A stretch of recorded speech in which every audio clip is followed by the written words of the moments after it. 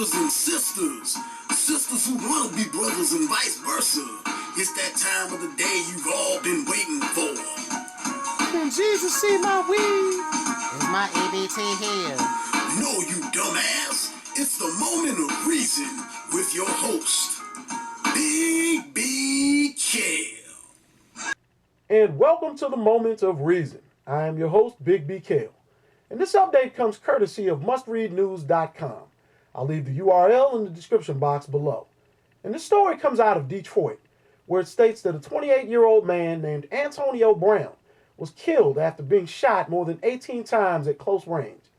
Brown, who was described as a hard worker and a very supportive family member, attended his sister's birthday party and was confronted by another man, the mother of his 1-year-old son, and another woman who was currently pregnant with Brown's child. Sources then said the unknown man pulled out a gun and fired 19 shots, hitting Brown with 18 of them before fleeing in a black Pontiac G6. Brown's sister tried to administer CPR to him, but his injuries were too severe. This took place on Detroit's east side on Somerset Avenue. Now I'm going to get into the bulk of what I have to say right now. Look, I keep telling you all that these women are responsible for much of the violence and genocide within the black community, but most of you continue to downplay it as if it's some sort of anomaly that they themselves shouldn't be held responsible for. The police investigators and journalists have all the facts, and they know that one of this man's baby mamas called that thug Negro to his sister's birthday party so he could do an execution-style hit on him. He was shot 18 times over some baby mama drama. He wasn't murdered by the popo. He wasn't whacked because he was flossing in some J's. He wasn't gunned down because he was selling them packages, shawty. He was murdered because one of the mothers of his children was so scornful that she told the other man that she fucked around with to take him out. If there was some sort of tally or statistic that was being kept which recorded how many brothers lose their lives because some woman wants him and knows that she can't have him, so she instigates his murder, I guarantee that it would be much higher than anything that is drug-related, gang-related, or connected with any form of police brutality or racial act of violence. And I know this because it's just too frequent.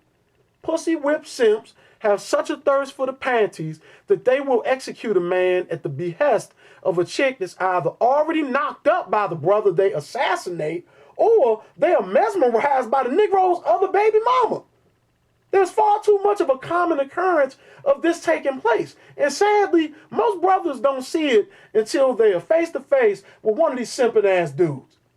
I hope you younger guys are paying close attention, because this is a lesson that you will go through in life more times than not. Okay?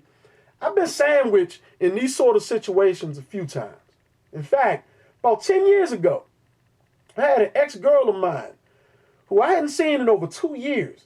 It just started calling me up out of the blue again, telling me that she missed me and wished that things would have worked out differently. She then started telling me to come by and, see her once in a while if I wasn't too busy. So I said, cool.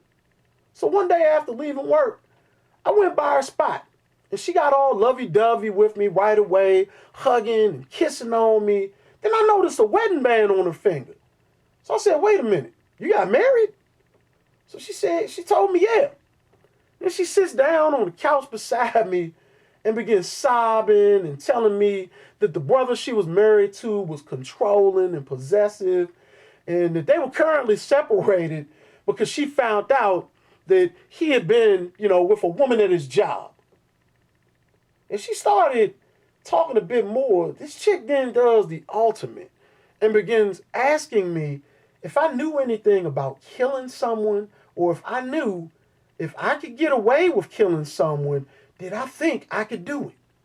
And I was like, whoa, Kimosabi, I'm not fitting to rob your husband of his life. You find another accomplice to get some shit like that done. Right after I tell her this, she then rebuttals from all the tears and clinics wiping, and she started smirking and changing her whole demeanor. And it was almost like watching the movie Fatal Attraction, okay? Looking back on it, okay, her man wasn't possessive or controlling to any extent.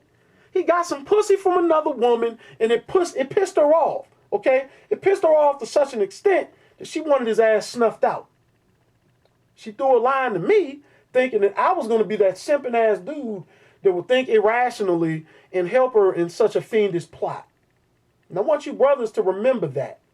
You never know what these women are discussing behind your back.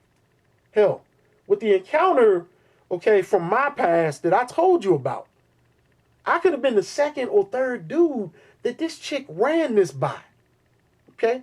I hadn't seen that ex in over 2 years. And she never mentioned to me on the phone that she had gotten married to some guy within the last 6 months of that visit.